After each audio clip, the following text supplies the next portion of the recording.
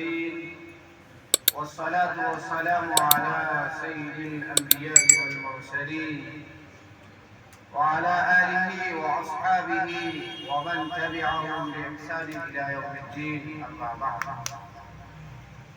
فأعوذ بالله من الشيطان الرجيم. بسم الله الرحمن الرحيم. وأتموا الحج والعمرة لله فإن أحسرتم فما استيسر من الهدي. وقال تعالى: الحج أشهر معلومات فمن فرض فيهن الحج فلا رفث ولا فسوق ولا جدال في الحج وما تفعلوا من خير يعلمه الله. وقال تعالى: ولله على الناس حج البيت من استطاع إليه سبيلا ومن كفر فإن الله غني عن العالمين. وقال النبي صلى الله عليه وسلم: العمرة إلى العمرة لما بين يديه.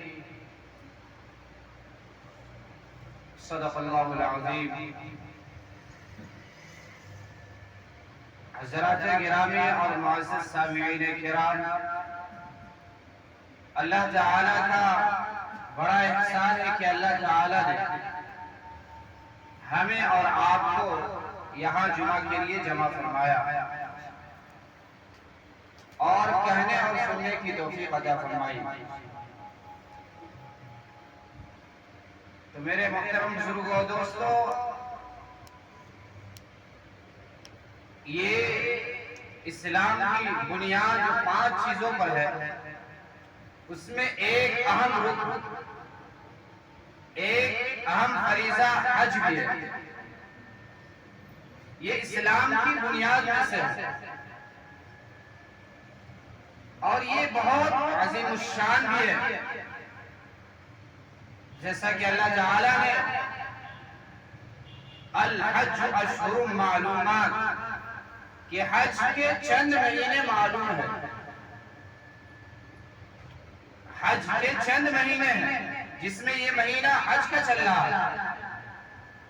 اگر کوئی شخص اس مہینے میں اپنے اوپر حج کو لازم کر لے تو اس کے لیے ضروری ہے کہ وہ فحش باز سے، لغو سے، بیہودہ بکواس سے احتراز کرے، پرہیز کرے. اب اس کے لیے یہ صحیح نہیں کہ اب بیہودہ باتیں کرے. اسی طرح اگر کوئی شخص حج کا ارادہ کرتا ہے تو اس کے لیے بہترین توشہ یہ ہے کہ وہ تقوی اختیار کرے.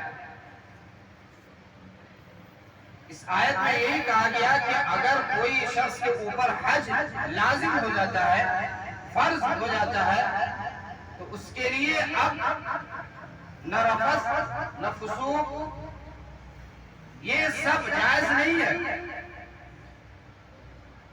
اب حاجیوں کے لیے بہترین توشہ، سب سے اچھا توشہ یہ ہے کہ تقوی اختیار کرے. یہ تقوی لے کر جائے. اور دوسری آیت میں اللہ تعالیٰ نے ارشاد فرمایا: وَلِلَّهِ عَلَى النَّاسِ حِجُّ الْبَيْتِ مَنِ اسْتَطَاعَ إِلَيْهِ سَبِيلًا کہ لوگوں کے لیے بیت اللہ کا حج ضروری ہے اس شخص کے لیے جو جانے کی استطاعت رکھتا ہے، یعنی وہاں جانے کی طاقت ہو، خرچ ہو. اس کے لیے یہ حج فرض ہے. اور یہاں یہ بھی معلوم ہو گیا کہ حج ہر شخص کے اوپر فرض نہیں ہے، بلکہ صاحب استطاعت کے اوپر، صاحب نصاب کے اوپر اللہ تعالیٰ نے حج کو فرض کیا. اور یہاں اللہ تعالیٰ نے آگے بھی ارشاد فرمایا: جو شخص اس کا انکار کرے، اس کو یوں ہی ٹھکرا دے تو اللہ تعالیٰ ایسے شخص سے بے نیاز ہے۔ اللہ تعالیٰ کو ایسے شخص کی کوئی پرواہ نہیں۔ حدیث میں آتا ہے کہ ایسا شخص جو حج اس کے فرض ہونے کے باوجود حج ادا نہیں کرتا تو اللہ تعالیٰ کہتے ہیں کہ ایسا شخص یہودی ہو کر دنیا سے جائے یا نصرانی ہو کر یا جس حالت میں بھی جائے ہمیں اس سے پرواہ نہیں۔ حج کے فرض ہونے کے بعد حج ادا نہیں کرتا اس کے لیے یہ وعید ہے۔ اور یہ حج حدیث میں آتا ہے کہ ایک عمرہ کرنا دوسرے عمرے تک اس کے درمیان کا کفارہ بن جاتا ہے۔ ایک عمرہ دوسرے عمرہ کرنے تک یہ درمیان کا کفارہ ہے۔ اور ایک اور حدیث میں ہے کہ الحج مبرور، کہ حج مقبول اس کے لیے ڈائریکٹ جنت میں جانے کا ذریعہ۔ اگر کسی شخص کا حج قبول ہے تو اس کو جنت میں جانے کے لیے کوئی نہیں روک سکتا۔ تو میرے محترم بزرگوں، دوستو، یہ بہت اہم ہے۔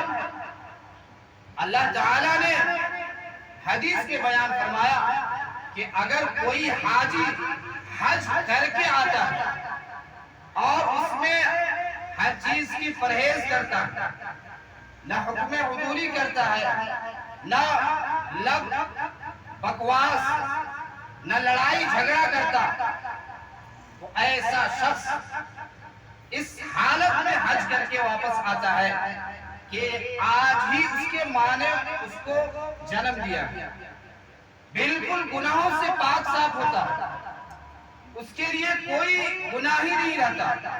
جیسے بچہ ماں کے پیٹ سے آتا ہے، ابھی اس کے اوپر کوئی گناہ نہیں ہے۔ وہ اللہ تعالیٰ نے بھی حاجیوں کا یہی حالت بیان فرمایا ہے کہ حاجی اگر تمام چیزوں کی رعایت کرتے ہوئے اگر حج مقبول ہو گیا تو ایسا شخص آتا ہے اس حال میں کہ گویا اس کے اوپر کوئی گناہ نہیں۔ اور اللہ تعالی حج کی یا جتنی بھی عبادت ہے اس شخص کو توفیق دیتا ہے۔ ورنہ اگر کوئی شخص حج نہیں کرتا یا نماز نہیں پڑھ رہا تو اللہ تعالیٰ اگر کسی سے ناراض ہوتا، اللہ تعالیٰ کسی سے غصہ ہوتے ہیں تو اسے نیک اعمال کی توفیق چھین لیتے ہیں، اسے سجدے کی توفیق چھین لیتے ہیں، اسے حج کی توفیق چھین لیتے ہیں، اسے زکوٰۃ دینے کی توفیق چھین لیتے ہیں، اسے روزہ رکھنے کی توفیق چھین لیتے ہیں۔ اللہ جس سے ناراض ہوتے ہیں اس شخص سے اپنے اعمال، نیک اعمال کی توفیق چھین لیتے ہیں۔ تو یہ یاد رکھیے کہ ہم نماز نہیں پڑھتے، اللہ نے ہمیں توفیق چھین لیا ہے، اللہ ہم سے ناراض ہے، اس لیے ہم مسجد تک نہیں آ رہے، اس لیے اتنا سمجھایا بھی جاتا ہے پھر بھی ہم نہیں آ رہے، اللہ ہم سے ناراض ہے۔ اللہ ناراض ہوتے ہیں تو رزق نہیں چھینتے، اللہ کسی کا روزی نہیں چھینتا، اس لیے کہ اللہ غیروں کو بھی روزی دے رہے ہیں، کتا خنزیر کو بھی اللہ تعالیٰ روزی دے رہے ہیں۔ یہ نہ سمجھے کہ اللہ ہمیں روزی دے رہے ہیں تو ہم سے خوش ہے، بلکہ اللہ نے ہمیں نیک اعمال کی توفیق دی ہے، تب سمجھے کہ اللہ تعالیٰ ہم سے خوش ہے۔ اگر ہم نماز کی پابندی نہیں کریں تو یہ سمجھیے کہ اللہ تعالیٰ ہم سے ناراض ہے، اس لیے اللہ تعالیٰ ہمیں سجدے کی توفیق نہیں دے رہا۔ میرے محترم